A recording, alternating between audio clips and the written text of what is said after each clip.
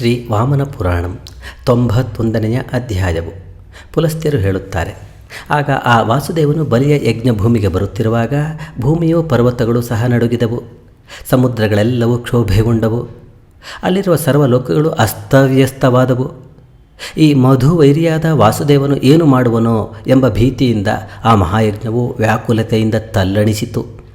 ಹಿಂದೆ ಮಹೇಶ್ವರನು ದಕ್ಷನ ಯಜ್ಞಕಾಲದಲ್ಲಿ ನನ್ನನ್ನು ಸುಟ್ಟು ನಾಶ ಮಾಡಿದ್ದನು. ಈಗ ಈ ವಾಸುದೇವನು ನನ್ನನ್ನು ಆಕ್ಷೇಪಿಸದಿರುವನೇ ಎಂದು ವ್ಯಾಕುಲಪಟ್ಟಿತು. ಅಸುರರಿಂದ ಸ್ಥಾಪಿತಗಳಾಗಿರುವ ಅಗ್ನಿಗಳು ಋಕ್ಸಾಮಾದಿ ವೇದ ಮಂತ್ರಗಳಿಂದ ಹೋಮ ಮಾಡಲ್ಪಟ್ಟಿದ್ದರೂ ಬ್ರಾಹ್ಮಣೋತ್ತಮರಿಂದ ಕೊಡಲ್ಪಡುತ್ತಿದ್ದ ತನ್ನ ಭಾಗದ ಭಕ್ಷ್ಯಗಳನ್ನು ಪ್ರಭುವಾದ ವಾಸುದೇವನ ಭಯದಿಂದ ಸ್ವೀಕರಿಸಲೇ ಇಲ್ಲ. ಈ ರೀತಿಯಾದ ಅಶುಭ ನಿಮಿತ್ತವನ್ನು ನೋಡಿ ದಾನವೇಶ್ವರನಾದ ಬಲಿಯು ಶುಕ್ರಾಚಾರ್ಯನನ್ನು ವಂದಿಸಿ ವಿನಯದಿಂದ ಅಂಜಲಿಬಂಧಪೂರ್ವಕವಾಗಿ ಕೇಳುತ್ತಾನೆ, ಎಲೈ ಆಚಾರ್ಯನೇ, ಭೂಮಿಯೆಲ್ಲವೂ ಗಾಳಿಯ ಆಘಾತದಿಂದ ಚಲಿಸುವ ಬಾಳೆಯ ಕಂಬದಂತೆ ಏತಕ್ಕೆ ನಡುಗಿತು? ಅಸುರರಿಂದ ಸ್ಥಾಪಿತಗಳಾದ ಈ ಅಗ್ನಿಗಳು ಹೋಮ ಮಾಡಲ್ಪಟ್ಟ ತಮ್ಮ ಭಾಗಗಳನ್ನು ಏತಕ್ಕೆ ಸ್ವೀಕರಿಸುತ್ತಿಲ್ಲ? ಸಮುದ್ರಗಳೆಲ್ಲವೂ ಏತಕ್ಕೆ ಹೀಗೆ ಕ್ಷೋಭೆಗೊಂಡಿವೆ? ಆಕಾಶದಲ್ಲಿ ನಕ್ಷತ್ರಗಳು ಸಹ ಮೊದಲಿನಂತೆ ಏಕೆ ಸಂಚರಿಸುತ್ತಿಲ್ಲ? ದಿಕ್ಕುಗಳೆಲ್ಲವೂ ಏತಕ್ಕೆ ಅಂಧಕಾರದಿಂದ ಆವರಿಸಲ್ಪಟ್ಟಿವೆ? ಗುರುವೇ, ಈ ಅಶುಭಗಳೆಲ್ಲ ಯಾರ ದೋಷದಿಂದ ಉಂಟಾಗಿದೆ ಎಂಬುದನ್ನು ದಯವಿಟ್ಟು ಹೇಳು. ಪುಲಸ್ತ್ಯರು ಹೇಳುತ್ತಾರೆ, ವಿರೋಚನ ಪುತ್ರನಾದ ಬಲಿಚಕ್ರವರ್ತಿಯ ಈ ಮಾತನ್ನು ಕೇಳಿ ಶುಕ್ರಾಚಾರ್ಯನು ಇದಕ್ಕೆ ಕಾರಣವೇನೆಂಬುದನ್ನು ಜ್ಞಾನದೃಷ್ಟಿಯಿಂದ ತಿಳಿದು ಬಲಿಯನ್ನು ಕುರಿತು ಹೀಗೆ ಹೇಳಿದನು. ಎಲೈ ದೈತ್ಯರಾಜನೇ, ಅಸುರರಿಂದ ಮಂತ್ರಪೂರ್ವಕವಾಗಿ ಹೋಮ ಮಾಡಲ್ಪಟ್ಟಿದ್ದರೂ ಈ ಅಗ್ನಿಗಳು ಅಸುರರಿಂದ ತಮ್ಮ ಭಾಗವನ್ನು ಸ್ವೀಕರಿಸದಿರುವುದಕ್ಕೆ ಕಾರಣವನ್ನು ಹೇಳುತ್ತೇನೆ, ಕೇಳು. ವಾಸುದೇವನು ಇಲ್ಲಿಗೆ ಬರುತ್ತಿರಬಹುದು. ಇದೇ ಕಾರಣ ಅವನ ಪಾದ ವಿಕ್ಷೇಪವನ್ನು ಸಹಿಸಲು ಸಾಮರ್ಥ್ಯವಿಲ್ಲದೆ ಪರ್ವತಗಳೊಡನೆ ಭೂಮಿಯು ದಿಕ್ಕುಗಳು ನಡುಗಿದವು. ಆ ಭೂಮಿಯ ಅವಲಂಬನವನ್ನು ಹೊಂದಿದ್ದ ಸಮುದ್ರಗಳು ದಡವನ್ನು ಮೀರಿ ಕ್ಷೋಭೆಗೊಂಡಿವೆ. ಪುಲಸ್ತ್ಯರು ಹೇಳುತ್ತಾರೆ, ಶುಕ್ರಾಚಾರ್ಯನ ಈ ಮಾತನ್ನು ಕೇಳಿ ಬಲಿಯು ಸತ್ಯ ಧರ್ಮಗಳಿಂದ ಕೂಡಿ ಹಿತವಾಗಿಯೂ ಸತ್ವಗುಣಕ್ಕೂ ಉತ್ಸಾಹಕ್ಕೂ ಸೂಚಕವಾಗಿಯೂ ಇರುವ ಈ ಮಾತನ್ನು ಶುಕ್ರಾಚಾರ್ಯನಿಗೆ ಹೇಳಿದನು. ಬಲಿಯು ಹೇಳುತ್ತಾನೆ, ಎಲೈ ಗುರುವೇ, ಪೂಜ್ಯನೇ, ಸರ್ವೇಶ್ವರನಾದ ಆ ವಾಸುದೇವನು ಇಲ್ಲಿಗೆ ಬಂದದ್ದೇ ಆದರೆ ಧರ್ಮಾರ್ಥ ಕಾಮಾದಿ ಪುರುಷಾರ್ಥಗಳಿಗೆ ತಕ್ಕಂತೆ ಮಾಡತಕ್ಕ ಕಾರ್ಯವೇನು? ರತ್ನ, ಸುವರ್ಣ, ರಾಜ್ಯ, ಭೂಮಿ, ಧನ ಇವುಗಳಲ್ಲಿ ಯಾವುದನ್ನು ಅವನಿಗೆ ಅರ್ಪಿಸಬೇಕು? ಆ ಮುರಾರಿಯನ್ನು ಕುರಿತು ನನ್ನ ಮತ್ತು ಅವನ ಹಿತಕ್ಕೆ ತಕ್ಕಂತೆ ಯಾವ ಮಾತನ್ನಾಡಬೇಕು?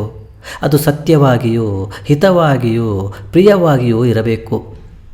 ಇವುಗಳಲ್ಲಿ ನನಗೆ ಶುಭವನ್ನುಂಟು ಮಾಡುವ ಕಾರ್ಯವನ್ನು ಮಾಡುತ್ತೇನೆ, ಬೇರೆ ಯಾವುದನ್ನೂ ಮಾಡುವುದಿಲ್ಲ. ನೀನು ಇದಕ್ಕೆ ಅಪ್ಪಣೆ ಕೊಡು. ಪುಲಸ್ತ್ಯರು ಹೇಳುತ್ತಾರೆ, ದೈತ್ಯರಾಜನಾದ ಬಲಿಯ ಈ ಮಾತನ್ನು ಕೇಳಿ ಹಿಂದು ಮುಂದಿನ ಎಲ್ಲ ವಿಷಯಗಳನ್ನು ತಿಳಿದಿದ್ದ ಜ್ಞಾನಿಯಾದ ಶುಕ್ರಾಚಾರ್ಯನು ಆಲೋಚಿಸಿ ಬಲಿಯನ್ನು ಕುರಿತು ಹೀಗೆ ಹೇಳಿದನು. ಶುಕ್ರನು ಹೇಳುತ್ತಾನೆ, ಅಸುರರಾಜನೇ, ಯಾರು ವೇದೋಕ್ತ ಮಾರ್ಗದಿಂದ ಬಹಿಷ್ಕೃತರಾಗಿರುವರೋ ಅಂತಹ ಅಸುರರನ್ನೇ ನೀನು ಯಜ್ಞ ಭಾಗಾರ್ಹನನಾಗಿ ಮಾಡಿರುವೆ. ದೇವತೆಗಳೇ ಯಜ್ಞ ಭಾಗಕ್ಕೆ ಅರ್ಹರೆಂಬುದು ವೇದವೆಂಬ ಪ್ರಬಲ ಪ್ರಮಾಣದಿಂದ ಸಿದ್ಧವಾಗಿದೆ. ಇದಕ್ಕಾಗಿಯೇ ಆ ಹರಿಯು ಇಲ್ಲಿಗೆ ಬರುತ್ತಿದ್ದಾನೆ. ಆ ಹರಿಯು ಈ ಯಜ್ಞಕ್ಕೆ ಬಂದಾಗ ಏನು ಮಾಡಬೇಕು ಎಂಬ ನಿನ್ನ ಪ್ರಶ್ನೆಗೆ ಉತ್ತರವನ್ನು ಹೇಳುತ್ತೇನೆ, ಕೇಳು. ಅವನು ಇಲ್ಲಿಗೆ ಬಂದಾಗ ಈ ಯಾಗದಲ್ಲಿಯೇ ಆಗಲಿ ಭೂಮಿ ಸುವರ್ಣ ಇವುಗಳಲ್ಲೇ ಆಗಲಿ ಅವನಿಗೆ ಒಂದು ಹುಲ್ಲಿನ ಚೂರನ್ನು ಸಹ ನೀನು ಕೊಡಕೂಡದು. ಕೇವಲ ಮೃದುವಾದ ಸಾಮೋಪಾಯದ ಮಾತಿನಿಂದ, ಪ್ರಭುವೇ, ನಿನಗೆ ಉತ್ತಮ ವಸ್ತುಗಳನ್ನು ಕೊಟ್ಟು ತೃಪ್ತಿಪಡಿಸಲು ಯಾರು ತಾನೇ ಸಮರ್ಥರಾದಾರು? ವಿಶ್ವರೂಪಿಯಾದ ಯಾವ ನಿನ್ನ ಉದರದಲ್ಲಿ ಭೂಲೋಕ ಭುವರ್ಲೋಕ ಸ್ವರ್ಗಲೋಕದ ನಾಯಕರುಗಳು ಪಾತಾಲಾಧಿಪತಿಗಳು ಯಾವಾಗಲೂ ವಾಸ ಮಾಡಿಕೊಂಡಿರುವರೋ ಅಂತಹ ಪರಿಪೂರ್ಣನಾದ ನಿನ್ನನ್ನು ತೃಪ್ತಿಪಡಿಸುವವರಾರು ಎಂದು ಮಾತ್ರ ಕೇಳಬೇಕು. ಬಲಿಯು ಹೇಳುತ್ತಾನೆ, ಎಲೆ ಭಾರ್ಗವನೇ, ಹೀನ ವೃತ್ತಿಯುಳ್ಳ ಅಲ್ಪನು ಅರ್ಥಿಯಾಗಿ ಬಂದರೂ ಏನನ್ನೂ ಕೊಡದೆ ಅವನನ್ನು ಹಿಂದಿರುಗಿಸಲು ನನಗೆ ಉತ್ಸಾಹವಿಲ್ಲ. ಹೀಗಿರುವ ನಾನು ಪ್ರಭುವಾದ ವಾಸುದೇವನು ಅರ್ಥಿಯಾಗಿ ಬಂದಲ್ಲಿ ಈ ಲೋಕಾಧಿಪತಿಯಲ್ಲಿ ನಾಸ್ತಿ ಶಬ್ದವನ್ನು ಹೇಗೆ ಹೇಳಲಿ? ಇದಕ್ಕಾಗಿಯೇ ನಾನು ನಿನ್ನಲ್ಲಿ ಮೊದಲೇ ಅರಿಕೆ ಮಾಡಿದುದು. ಹೀಗೆ ಮಾಡಿದ್ದಲ್ಲಿ ಬಲಿಯು ನಾಸ್ತಿ ಶಬ್ದವನ್ನು ಹೇಳಿದನಲ್ಲ ಎಂದು ಲೋಕದಲ್ಲೆಲ್ಲ ಸತ್ಪುರುಷರು ಆಡಿಕೊಳ್ಳುವರು. ತನ್ನ ಅಭ್ಯುದಯದಲ್ಲಿ ಆಶಯವುಳ್ಳವನು ಬ್ರಾಹ್ಮಣರಲ್ಲಿ ಅಸ್ತಿ ಎಂದು ಸದ್ಭಾವವನ್ನು ಹೇಳಬೇಕೇ ಹೊರತು ನಾಸ್ತಿ ಎಂಬ ಶಬ್ದವನ್ನು ಹೇಳಬಾರದು. ಎಲೆ ಬ್ರಾಹ್ಮಣೋತ್ತಮನೇ, ಅದೇ ಸತ್ಯವೆಂದೇ ತೋರುತ್ತಿದೆ. ಮನುಷ್ಯರ ವಾಕ್ಕಾಯಗಳು ಮನಸ್ಸು ಕೂಡ ಅವರ ಬೇರೆ ಜನ್ಮವನ್ನು ಹೊಂದಿದ್ದರೂ ಕೂಡ ಪೂರ್ವ ಜನ್ಮದ ಅಭ್ಯಾಸದಿಂದುಂಟಾದ ಸಂಸ್ಕಾರಕ್ಕೆ ತಕ್ಕಂತೆಯೇ ಉಂಟಾಗುತ್ತದೆ. ಎಲೆ ಬ್ರಾಹ್ಮಣೋತ್ತಮನೇ, ಪೂರ್ವದಲ್ಲಿ ಮಲಯದಲ್ಲಿ ನಡೆದ ಕೋಶಕಾರನ ಮಗನ ಕಥೆಯನ್ನು ನೀನು ಕೇಳಿಲ್ಲವೇ? ಶುಕ್ರನು ಹೇಳುತ್ತಾನೆ, ಎಲೆ ವೀರನೇ, ಕೋಶಕಾರ ಸುತನ ಆ ಪೌರಾಣಿಕವಾದ ಕಥೆಯನ್ನು ಹೇಳು, ಅದನ್ನು ಕೇಳಲು ನನಗೆ ಬಹಳ ಕುತೂಹಲ ಉಂಟಾಗಿದೆ. ಬಲಿಯು ಹೇಳುತ್ತಾನೆ, ಎಲೆ ಭಾಗವೋತ್ತಮನೇ, ಪೂರ್ವಾಭ್ಯಾಸದಿಂದಲೇ ಜ್ಞಾನವು ಉಂಟಾಗುತ್ತದೆ ಎಂಬುದನ್ನು ಯಜ್ಞ ಮಧ್ಯದಲ್ಲಿಯೇ ಈ ಕಥೆಯಿಂದ ಹೇಳುತ್ತೇನೆ ಕೇಳು. ಮುದ್ಗಲನೆಂಬ ಮುನಿಗೆ ಕೋಶಾಕಾರನೆಂಬ ಮಗನಿದ್ದನು. ಅವನು ತಪಸ್ವಿಯಾಗಿಯೂ ಜ್ಞಾನ ವಿಜ್ಞಾನ ಪಾರಂಗತನಾಗಿಯೂ ಇದ್ದನು. ಅವನಿಗೆ ವಾತ್ಸ್ಯಾಯನನ ಮಗಳಾದ ಧರ್ಮಿಷ್ಠೆ ಎಂಬ ಪತ್ನಿ ಇದ್ದಳು. ಆ ಸಾಧ್ವೀಮಣಿಯು ಧರ್ಮಶೀಲಳೆಂದು ಪತಿವ್ರತೆಯೆಂದು ಪ್ರಸಿದ್ಧಿ ಹೊಂದಿದ್ದಳು. ಆ ಸಾಧ್ವಿಯಲ್ಲಿ ಕೋಶಕಾರನಿಗೆ ಸ್ವಭಾವವಾಗಿಯೇ ಜಡನಾದ ಒಬ್ಬ ಮಗನು ಹುಟ್ಟಿದನು. ಅವನು ಮಾತನ್ನಾಡಲು ಸಾಧ್ಯವಿಲ್ಲದ ಮೂಗನಂತೆಯೂ ನೋಡುವುದಕ್ಕೂ ಸಾಮರ್ಥ್ಯವಿಲ್ಲದ ಕುರುಡನಂತೆಯೂ ಇದ್ದನು. ಹುಟ್ಟಿದ ಕಾಲದಲ್ಲೇ ಜಡನಾಗಿಯೂ ಮೂಗನಾಗಿಯೂ ಕುರುಡನಾಗಿಯೂ ಇದ್ದ ಆ ಮಗನನ್ನು ನೋಡಿ ತಾಯಿಯು ಹುಟ್ಟಿದ 6ನೆಯ ದಿನದಲ್ಲಿಯೇ ಆ ಮಗುವನ್ನು ಮನೆಯ ಹೊರಬಾಗಿಲಿನಲ್ಲಿ ತಂದು ಹಾಕಿದಳು. ಆ ಸಮಯಕ್ಕೆ ಸರಿಯಾಗಿ ಶಿಶುಗಳನ್ನು ಅಪಹರಿಸುವ ದುರಾಚಾರಶೀಲಳಾದ ಶೂರ್ಪಾಕ್ಷಿ ಎಂಬ ರಾಕ್ಷಸಿಯು ತನ್ನ ಕೃಶವಾಗಿದ್ದ ಮಗುವೊಂದನ್ನು ಎತ್ತಿಕೊಂಡು ಅಲ್ಲಿಗೆ ಬಂದಳು. ಅವಳು ತನ್ನ ಕೃಶವಾದ ಮಗುವನ್ನು ಅಲ್ಲಿ ಬಿಟ್ಟು ಅಲ್ಲಿದ್ದ ಬ್ರಾಹ್ಮಣ ಶಿಶುವನ್ನು ಎತ್ತಿಕೊಂಡಳು. ಅನಂತರ ಅವಳು ಆ ಮಗುವನ್ನು ಅಪಹರಿಸಿಕೊಂಡು ಅದನ್ನು ಭಕ್ಷಿಸಲು ಶಾಲೋದರ ಪರ್ವತಕ್ಕೆ ಹೊರಟು ಹೋದಳು. ಹಾಗೆ ಬಂದ ಆ ಶೂರ್ಪಾಕ್ಷಿಯನ್ನು ನೋಡಿ ಅವಳ ಪತಿಯಾದ ಘಟೋದರನೆಂಬ ಅಂಧಕನು, ಪ್ರಿಯೆಯೇ, ನನಗೆ ಭಕ್ಷಿಸಲು ಏನು ತಂದಿದ್ದೀಯೇ ಎಂದು ಕೇಳಿದನು. ಆಗ ಶೂರ್ಪಾಕ್ಷಿಯು, ರಾಕ್ಷಸಾಧಿಪನೇ, ನನ್ನ ಮಗುವನ್ನು ಕೋಪಕಾರನೆಂಬ ಬ್ರಾಹ್ಮಣನ ಮನೆಯಲ್ಲಿಟ್ಟು ಅವನ ಮಗನನ್ನು ತಂದಿದ್ದೇನೆ ಎಂದಳು. ಆಗ ಆ ರಾಕ್ಷಸನು, ಎಲೆ ಮಂಗಳಾಂಗಿಯೇ, ನೀನು ಮಾಡಿದ ಈ ಕಾರ್ಯವು ಸರಿಯಾದುದಲ್ಲ. ಜ್ಞಾನಿಯಾದ ಆ ಬ್ರಾಹ್ಮಣೋತ್ತಮನು ನಮ್ಮನ್ನು ಶಪಿಸಿಯಾನು. ಆದುದರಿಂದ ಘೋರ ರೂಪನಾದ ಈ ಬ್ರಾಹ್ಮಣ ಪುತ್ರನನ್ನು ಅಲ್ಲಿಯೇ ಇಟ್ಟುಬಿಡು. ಸುಂದರಿಯೇ, ಇತರರ ಯಾವುದಾದರೊಂದು ಶಿಶುವನ್ನು ತ್ವರೆಯಿಂದ ತೆಗೆದುಕೊಂಡು ಬಾ ಎಂದನು. ಹೀಗೆ ರಾಕ್ಷಸನಿಂದ ಹೇಳಲ್ಪಟ್ಟ ಆ ರಾಕ್ಷಸಿಯು ಕಾಮರೂಪಿಣಿಯಾದುದರಿಂದ ಆಕಾಶಕ್ಕೆ ತ್ವರೆಯಿಂದ ಹಾರಿ ಆಕಾಶ ಮಾರ್ಗದಿಂದಲೇ ಆ ಬ್ರಾಹ್ಮಣನ ಮನೆಗೆ ಬಂದಳು. ಆ ರಾಕ್ಷಸಿಯಿಂದ ಕೋಶಕಾರನ ಮನೆಯ ಬಾಗಿಲಿನಲ್ಲಿ ಬಿಡಲ್ಪಟ್ಟಿದ್ದ ಆ ರಾಕ್ಷಸ ಶಿಶುವು ಕಾಲಿನ ಅಂಗುಷ್ಟವನ್ನು ಬಾಯಿಯಲ್ಲಿಟ್ಟುಕೊಂಡು ಗಟ್ಟಿಯಾಗಿ ಅಳತೊಡಗಿತ್ತು. ಆಗ ಧರ್ಮಿಷ್ಠೆಯು ಆ ಶಬ್ದವನ್ನು ಕೇಳಿ ಪತಿಯನ್ನು ಕುರಿತು, ಮುನಿವರ್ಯನೇ, ನೋಡು, ನಿನ್ನ ಮಗನು ತಾನಾಗಿಯೇ ಸುಶಬ್ದದಿಂದ ಅಳುತ್ತಿದ್ದಾನೆ ಎಂದಳು. ಅವಳು ಸಹ ಭಯಪಟ್ಟು ಮನೆಯ ಮಧ್ಯದಿಂದ ಓಡಿ ಬಂದಳು. ಆ ಬ್ರಾಹ್ಮಣೋತ್ತಮನು ಮಗುವನ್ನು ನೋಡಿದನು. ರೂಪ ಮತ್ತು ಅವಯವ ಸನ್ನಿವೇಶಗಳಿಂದ ಅದು ತನ್ನ ಮಗುವಿನಂತೆಯೇ ಇತ್ತು. ಆಗ ಆ ಕೋಶಕಾರನು ನಗುತ್ತಾ ತನ್ನ ಪ್ರಿಯೆಯನ್ನು ಕುರಿತು, ಧರ್ಮಿಷ್ಠೆಯೇ, ಯಾವುದೋ ಒಂದು ಭೂತವು ನಮ್ಮನ್ನು ವಂಚಿಸಲು ಇದರಲ್ಲಿ ಆವೇಶ ಹೊಂದಿ ಈ ರೂಪದಿಂದ ಭೂಮಿಯಲ್ಲಿ ಮಲಗಿರಬಹುದು ಎಂದು ಹೇಳಿ ದರ್ಭ ಪ್ರಾಣಿಯಾಗಿ ಭೂಮಿಯಲ್ಲಿ ರೇಖೆಗಳನ್ನು ಬರೆದು ಮಂತ್ರಗಳಿಂದ ಆ ರಾಕ್ಷಸ ಶಿಶುವನ್ನು ಅಲ್ಲಿಯೇ ಬಂಧಿಸಿದನು. ಈ ಸಮಯಕ್ಕೆ ಸರಿಯಾಗಿ ಅಲ್ಲಿಗೆ ಬಂದ ಶೂರ್ಪಾಕ್ಷಿಯು ತಾನು ಅಂತರ್ಧಾನ ಹೊಂದಿಯೇ ತಾನು ಅಪಹರಿಸಿಕೊಂಡು ಹೋಗಿದ್ದ ಬ್ರಾಹ್ಮಣ ಕುಮಾರನನ್ನು ಅವನ ಮನೆಗೆ ಸ್ವಲ್ಪ ದೂರದಲ್ಲಿ ಭೂಮಿಯ ಮೇಲಿಟ್ಟಳು. ಹಾಗೆ ಬಿಟ್ಟೊಡನೆಯೇ ಕೋಶಕಾರನು ಆ ಮಗುವನ್ನು ಎತ್ತಿಕೊಂಡನು. ಮಂತ್ರಬಲದಿಂದ ಬಂಧಿತನಾಗಿದ್ದ ತನ್ನ ಮಗನನ್ನು ಎತ್ತಿಕೊಳ್ಳಲು ಆ ರಾಕ್ಷಸಿಯು ಮಾತ್ರ ಸಾಧ್ಯವಾಗಲಿಲ್ಲ. ಆಗ ಅವಳು ಅಲ್ಲಿ ಇಲ್ಲಿ ತಿರುಗಿ 2 ಕೆಲಸದಲ್ಲಿಯೂ ಭಂಗ ಹೊಂದಿ ಗಂಡನ ಸಮೀಪಕ್ಕೆ ಹೊರಟು ಹೋದಳು. ತನ್ನ ಮಗನನ್ನು ಬ್ರಾಹ್ಮಣನು ಅಪಹರಿಸುತ್ತಿದ್ದುದನ್ನು ತನ್ನ ಪತಿಯೊಡನೆ ಹೇಳಿದನು. ರಾಕ್ಷಸಿಯು ಹೀಗೆ ಹೊರಟು ಹೋದ ಮೇಲೆ ಮಹಾತ್ಮನಾದ ಆ ಬ್ರಾಹ್ಮಣನು ಆ ರಾಕ್ಷಸ ಶಿಶುವನ್ನು ರಕ್ಷಿಸಲು ತನ್ನ ಪತ್ನಿಯಲ್ಲಿಯೇ ಕೊಟ್ಟನು. ಕರುವನ್ನು ಹಾಕಿರುವ ಕಪಿಲಧೇನುವಿನ ಹಾಲು, ಮೊಸರುಗಳಿಂದಲೂ ಕಬ್ಬಿನ ಹಾಲು ಮುಂತಾದ ಸ್ವಾದ್ಯ ವಸ್ತುಗಳಿಂದಲೂ ಆ ಬ್ರಾಹ್ಮಣನು ತನ್ನ ಮಗುವನ್ನು ಸಂತೋಷಪಡಿಸಿ ಸಾಕಲಾರಂಭಿಸಿದನು. ಹೀಗೆ ಸಾಕಲ್ಪಡುತ್ತಿದ್ದ ಇಬ್ಬರು 7 ವರ್ಷದವರಾದರು. ತಂದೆಯು ಅವರಿಗೆ ನಿಶಾಕರ, ದಿವಾಕರ ಎಂದು ಹೆಸರಿಟ್ಟರು. ರಾಕ್ಷಸ ಪುತ್ರನಿಗೆ ದಿವಾಕೀರ್ತಿ ಎಂದು, ತನ್ನ ಮಗನಿಗೆ ನಿಶಾಕೀರ್ತಿ ಎಂದು ಹೆಸರಾಯಿತು. ಅವರಿಬ್ಬರಿಗೂ ಬ್ರಾಹ್ಮಣನು ಕ್ರಮವಾಗಿ ಉಪನಯನವನ್ನು ನಡೆಸಿದನು. ಉಪನಯನವಾದ ಮೇಲೆ ದಿವಾಕರನು ವೇದವನ್ನು ಪಠಿಸಿದನೆಂದು, ಜಡನಾದ ನಿಶಾಕರನು ಪಠಿಸಲಿಲ್ಲವೆಂದು ನಾವು ಕೇಳಿದ್ದೇವೆ. ಆ ನಿಶಾಕರನ್ನು ಬಂಧುಗಳು, ತಂದೆ ತಾಯಿಗಳು, ಗುರುವು, ಆ ಮಲಯದಲ್ಲಿದ್ದ ಇತರ ಜನಗಳು ಕೂಡ ಬಹಳ ನಿಂದಿಸಿದರು. ಆಗ ಈ ಅಪಮಾನವಾದುದರಿಂದ ದುಃಖಪಟ್ಟು ಮಗನ ಜಡತೆಯಿಂದ ಕೋಪಗೊಂಡ ತಂದೆಯು ನೀರಿಲ್ಲದ ಒಂದು ಬಾವಿಯಲ್ಲಿ ಆ ನಿಶಾಕರನನ್ನು ಮುಚ್ಚಿದನು. ಹೀಗೆ ಆ ಬಾವಿಯಲ್ಲಿ ಹಾಕಲ್ಪಟ್ಟ ಆ ನಿಶಾಕರನು ಬಹಳ ವರ್ಷಗಳು ಅಲ್ಲಿಯೇ ಇದ್ದನು.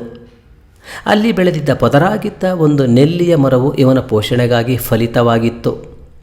ಹೀಗೆ 10 ವರ್ಷ ಕಳೆದವು. ಅನಂತರ ತಾಯಿಯಾದ ಧರ್ಮಿಷ್ಠೆಯು ಅಲ್ಲಿಗೆ ಬಂದು ಕಲ್ಲಿನಿಂದ ಮುಚ್ಚಲಾಗಿದ್ದ ಆ ಬಾವಿಯನ್ನು ನೋಡಿದಳು.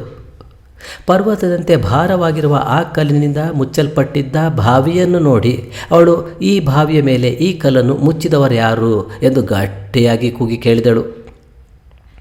ಬಾವಿಯ ಒಳಗಿದ್ದ ನಿಶಾಕರನು ತಾಯಿಯ ಸ್ವರವನ್ನು ಕೇಳಿ, ಅಮ್ಮ, ತಂದೆಯೇ ಈ ಕಲ್ಲನ್ನು ಬಾವಿಯ ಮೇಲೆ ಎಳೆದಿರುವನು ಎಂದನು. ಆಗ ಧರ್ಮಿಷ್ಠೆಯು ಬಹಳ ಭಯದಿಂದ ಬಾವಿಯೊಳಗೆ ಅದ್ಭುತ ಸ್ವರದಿಂದ ಮಾತನಾಡುತ್ತಿರುವ ನೀನ್ಯಾರು ಎಂದು ಕೇಳಿದಳು. ಅವನೂ ಸಹ ನಿನ್ನ ಮಗನಾದ ನಿಶಾಕರನೇ ನಾನು ಎಂದನು. ಆಗ ಅವಳು, ನನಗೆ ದಿವಾಕರನೆಂಬ ಪ್ರಸಿದ್ಧನಾದ ಮಗನಿರುವನು, ನಿಶಾಕರನೆಂಬ ಹೆಸರಿನ ಮಗನು ನನಗೆ ಯಾವನೂ ಇಲ್ಲವೆಂದಳು. ಆಗ ನಿಶಾಕರನು ತನ್ನ ಪೂರ್ವ ಚರಿತ್ರೆಯನ್ನೆಲ್ಲ ಸಮಗ್ರವಾಗಿ ಆ ತಾಯಿಗೆ ಹೇಳಿದನು. ಆಗ ಅವಳು ಆ ಮಾತನ್ನು ಕೇಳಿ ಬಾವಿಯ ಮೇಲಿದ್ದ ಕಲ್ಲಿನ ಚಪ್ಪಡಿಯನ್ನು ಕಿತ್ತು ಬೇರೆ ಕಡೆ ಹಾಕಿದಳು. ಆಗ ನಿಶಾಕರನು ಬಾವಿಯಿಂದ ಮೇಲಕ್ಕೆ ಬಂದು ತಾಯಿಯ ಪಾದಗಳಿಗೆ ನಮಸ್ಕರಿಸಿದನು. ಆಗ ಆ ಧರ್ಮಿಷ್ಠೆಯು ಆ ಮಗನು ತನಗೆ ಅನುರೂಪನಾಗಿರುವುದನ್ನು ನೋಡಿ ತಮ್ಮ ಸ್ವಜನರ ಎದುರಿಗೆ ಆ ಮಗನೊಡನೆ ಪತಿಯ ಸಮೀಪಕ್ಕೆ ಬಂದು ತನ್ನ ಮಗನ ವ್ಯಾಪಾರವೆಲ್ಲವನ್ನೂ ಅವನಲ್ಲಿ ಹೇಳಿದಳು. ಆಗ ಆ ಬ್ರಾಹ್ಮಣನು, ಈ ರೀತಿ ನೀನು ಪಾಪಿಯಾಗಲು ಕಾರಣವೇನು? ಮೊದಲಿನ ಜನ್ಮದಲ್ಲಿ ಏನು ನಡೆಯಿತು? ನೀನೂ ಸಹ ಏನನ್ನಾಡಿದೆ? ಎಲ್ಲವನ್ನೂ ಹೇಳು, ನನಗೆ ಕುತೂಹಲವಾಗುತ್ತಿದೆ ಎಂದನು. ಆ ಮಾತನ್ನು ಕೇಳಿ ನಿಶಾಕರನು ಕೋಶಕಾರನನ್ನು ಅವನ ಪತ್ನಿಯಾದ ಧರ್ಮಿಷ್ಠೆಯನ್ನು ಎದುರಿಗೆ ಇಟ್ಟುಕೊಂಡು ತನ್ನ ಹಿಂದಿನ ಜನ್ಮಗಳ ಸ್ಮರಣೆಯಿಂದ ಜ್ಞಾನ ಹೊಂದಿ ಆಶ್ಚರ್ಯಕರವಾದ ತನ್ನ ವೃತ್ತಾಂತವನ್ನೆಲ್ಲ ಹೇಳಲಾರಂಭಿಸಿದನು. ಎಲೈ ತಂದೆಯೇ, ನಾನು ಮೂಕನಾಗಿಯೂ ಜಡನಾಗಿಯೂ ಕಣ್ಣಿಲ್ಲದ ಕುರುಡನಾಗಿಯೂ ಆದುದಕ್ಕೆ ಕಾರಣವನ್ನು ಹೇಳುತ್ತೇನೆ ಕೇಳು. ನಾನು ಬಹಳ ಹಿಂದಿನ ಪೂರ್ವಜನ್ಮದಲ್ಲಿ ಬ್ರಾಹ್ಮಣೋತ್ತಮನಾದ ವೃಷಾಕಪಿ ಎಂಬುವನ ಮಗನಾಗಿ ಮಾಲಾ ಎಂಬ ಅವನ ಪತ್ನಿಯ ಗರ್ಭದಲ್ಲಿ ಜನಿಸಿದ್ದೆನು. ಆಗ ಆ ತಂದೆಯು ನನಗೆ ವೇದವನ್ನು, ಧರ್ಮಾರ್ಥ ಕಾಮ ಮೋಕ್ಷ ಪುರುಷಾರ್ಥ ಪರವಾದ ಶಾಸ್ತ್ರಗಳನ್ನು ಅಧ್ಯಯನ ಮಾಡಿಸಿದ್ದನು. ನಾನು ಆಗ ಮಹಾಜ್ಞಾನಿಯಾಗಿ ಪರಾಪರ ತತ್ವಜ್ಞಾನಿಯಾಗಿಯೂ ಆದೆನು. ಹಾಗಿದ್ದರೂ ಮದಾಂಧನಾಗಿ ದುಷ್ಕಾರ್ಯದಲ್ಲಿಯೇ ಆಸಕ್ತನಾದೆನು. ಆ ಮದದಿಂದಲೇ ಲೋಭವೂ ಉಂಟಾಯಿತು. ಅದರಿಂದ ನನ್ನ ವಾಗ್ಮಿತ್ವವೂ ವಿವೇಕವೂ ನಾಶವಾಗಿ ಆ ಮದವೇ ಆಶೆಯ ಸಹಕಾರದಿಂದ ಮೋಹರೂಪವಾಗಿ ಪರಿಣಮಿಸಿತು. ಆ ರೀತಿ ಮೂಢನಾದ ನಾನು ಪಾಪ ಕರ್ಮದಲ್ಲಿಯೇ ಆಸಕ್ತಿ ಹೊಂದಿದೆನು. ನನ್ನ ಮನಸ್ಸೆಲ್ಲವೂ ಪರಸ್ತ್ರೀಯರಲ್ಲೂ ಪರದ್ರವ್ಯದಲ್ಲೂ ಯಾವಾಗಲೂ ನಿರತವಾಗಿ ನಿಂತಿತು. ಹಾಗೆಯೇ ಪರಸ್ತ್ರೀ ಗಮನದಿಂದಲೂ ಪರದ್ರವ್ಯಾಪಹರಣದಿಂದಲೂ ಅಪರಾಧಿಯಾಗಿ ಕೊನೆಗೆ ಉದ್ಬಂಧನ ಅಂದರೆ ನೇಣು, ಇದರಿಂದ ನಾನು ಮೃತನಾಗಿ ರೌರವವೆಂಬ ನರಕಕ್ಕೆ ಹೋದೆನು. ಅಲ್ಲಿ 1000 ವರ್ಷ ಪರ್ಯಂತವೂ ಪಾಪದ ಫಲವಾದ ದುಃಖವನ್ನು ಅನುಭವಿಸಿ ಉಳಿದು ಹೋದ ಪಾಪಗಳ ಫಲಾನುಭವಕ್ಕಾಗಿ ಅರಣ್ಯದಲ್ಲಿ ಮೃಗಹಿಂಸಕನಾದ ವ್ಯಾಘ್ರ ಜನ್ಮದಿಂದ ಪುನಃ ಹುಟ್ಟಿದನು. ಹಾಗೆ ಹುಲಿಯಾಗಿ ಅರಣ್ಯದಲ್ಲಿ ಸಂಚರಿಸುತ್ತಿದ್ದ ನನ್ನನ್ನು ಬೇಟೆಗೆ ಬಂದ ಒಬ್ಬ ದೊರೆಯು ಪಂಜರದಲ್ಲಿ ಬಂಧಿಸಿ ತನ್ನ ನಗರಕ್ಕೆ ಒಯ್ದನು.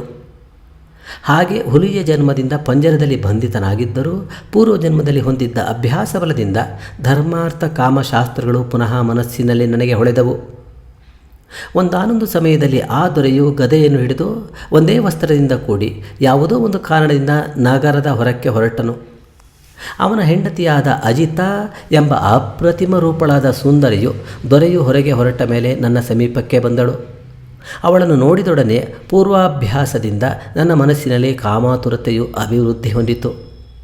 ಆಗ ನಾನು ಕಾಮಶಾಸ್ತ್ರದಲ್ಲಿ ಹೇಳಿರುವ ಪರಸ್ತ್ರೀ ವಶೀಕರಣ ಮಾರ್ಗವನ್ನನುಸರಿಸಿ ಅವಳನ್ನು ಕುರಿತು, ಎಲೈ ಶೋಭನಾಂಗಿಯೇ, ನವ ಯೌವನದಿಂದ ಮೆರೆಯುತ್ತಿರುವ ರಾಜಪುತ್ರಿಯೇ, ಕೋಕಿಲೆಯು ತನ್ನ ಧ್ವನಿಯಿಂದ ಆಕರ್ಷಿಸುವಂತೆ ಸೌಂದರ್ಯದಿಂದ ನನ್ನ ಮನಸ್ಸನ್ನೇ ನೀನು ಸೂರೆಗೊಳ್ಳುತ್ತಿದ್ದೀಯೇ ಎಂದು ಚಾಟೂಕ್ತಿಯಿಂದ ನುಡಿದನು.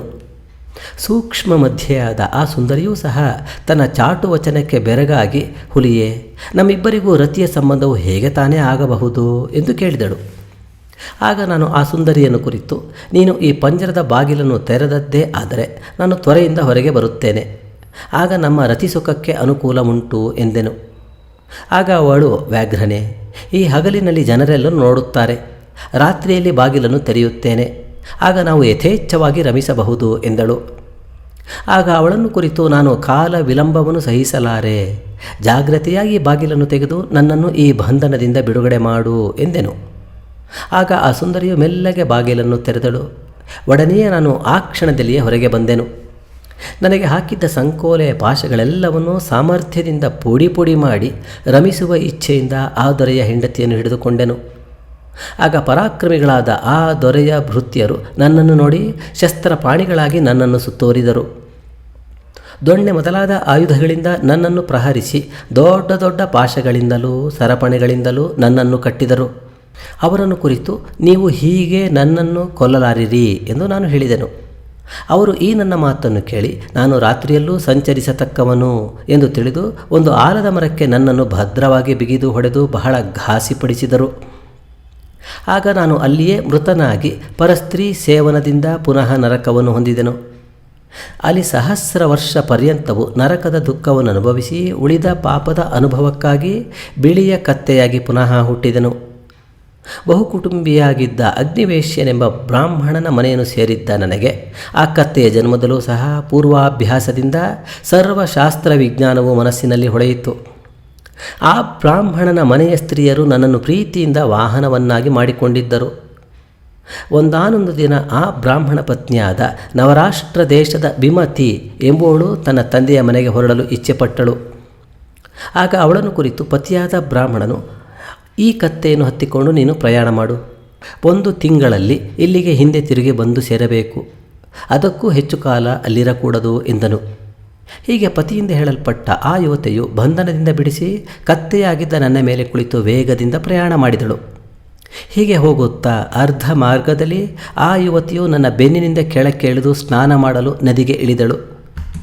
ಸ್ನಾನ ಮಾಡಿ ಒದ್ದೆಯ ವಸ್ತ್ರದಿಂದ ಸರ್ವ ಅವಯವಾಭಿಯುಕ್ತಿಯುಳ್ಳ ಆ ಸುಂದರಿಯನ್ನು ನೋಡಿದೊಡನೆಯೇ ಕಾಮಾತುರನಾದ ನಾನು ಅವಳ ಸಮೀಪಕ್ಕೆ ಓಡಿ ಹೋದೆನು. ನನ್ನಿಂದ ಆಕ್ರಮಿಸಲ್ಪಟ್ಟ ಆ ಯುವತಿಯು ಒಡನೆಯೇ ಭೂಮಿಯಲ್ಲಿ ಬಿದ್ದಳು. ಕಾಮುಕನಾದ ನಾನು ಅಲ್ಲಿಯೇ ಅವಳ ಮೇಲೆ ಬಿದ್ದೆನು. ಆಗ ಆ ಯುವತಿಗೆ ರಕ್ಷಕನಾಗಿ ಬಂದಿದ್ದ ಭೃತ್ಯನೊಬ್ಬನು ಕಣ್ಣಿಗೆ ನಾನು ಬಿದ್ದೆನು. ಆಗ ಅವನು ಕೋಲನ್ನೆತ್ತಿಕೊಂಡು ಹೊಡೆಯಲು ನನ್ನ ಸಮೀಪಕ್ಕೆ ಓಡಿ ಬಂದನು. ಆ ಭಯದಿಂದ ನಾನು ಅವಳನ್ನು ಬಿಟ್ಟು ದಕ್ಷಿಣದ ಕಡೆಗೆ ಓಡಿದೆನು. ಆಗ ವೇಗದಿಂದ ಓಡುವಾಗ ನನ್ನ ಕಡಿವಾಣದ ಹಗ್ಗವು ಸುತ್ತಿಕೊಂಡು ನನ್ನ ಪ್ರಾಣ ತ್ಯಾಗಕ್ಕೆ ಅದೇ ಕಾರಣವಾಯಿತು. ಅದರಿಂದ ಸುತ್ತುವರಿಯಲ್ಪಟ್ಟು ಅಲ್ಲಿಯೇ ಬಿದ್ದ ನನಗೆ 6 ರಾತ್ರಿಯಲ್ಲಿ ಮರಣವೇ ಉಂಟಾಯಿತು. ಅನಂತರ ಪುನಃ ನರಕವನ್ನು ಸೇರಿದ ನಾನು ಪಾಪ ಶೇಷದ ಅನುಭವಕ್ಕಾಗಿ ಪುನಃ ಗಿಳಿಯ ಜನ್ಮದ ರೂಪವೂ ಹೊಂದಿತು. ಆ ಗಿಣಿಯ ರೂಪದಿಂದ ಅರಣ್ಯದಲ್ಲಿ ಸಂಚರಿಸುತ್ತಿದ್ದ ನನ್ನನ್ನು ಒಬ್ಬ ದುಷ್ಟನಾದ ಬೇಡನು ಬಂಧಿಸಿದನು. ಅವನು ನನ್ನನ್ನು ಪಂಜರದಲ್ಲಿಟ್ಟು ಶಾಲಿ ಎಂಬ ವೈಶ್ಯಪುತ್ರನಿಗೆ ಮಾರಿದನು. ಆ ವೈಶ್ಯಪುತ್ರನು ನನ್ನನ್ನು ಸರ್ವಶಾಸ್ತ್ರಜ್ಞನೆಂದು ಸರ್ವದೋಷ ನಾಶಕನೆಂದು ತಿಳಿದು ಅಂತಃಪುರದಲ್ಲಿ ಸ್ತ್ರೀಯರ ಸಮೀಪದಲ್ಲಿ ನನ್ನನ್ನು ಇಟ್ಟನು.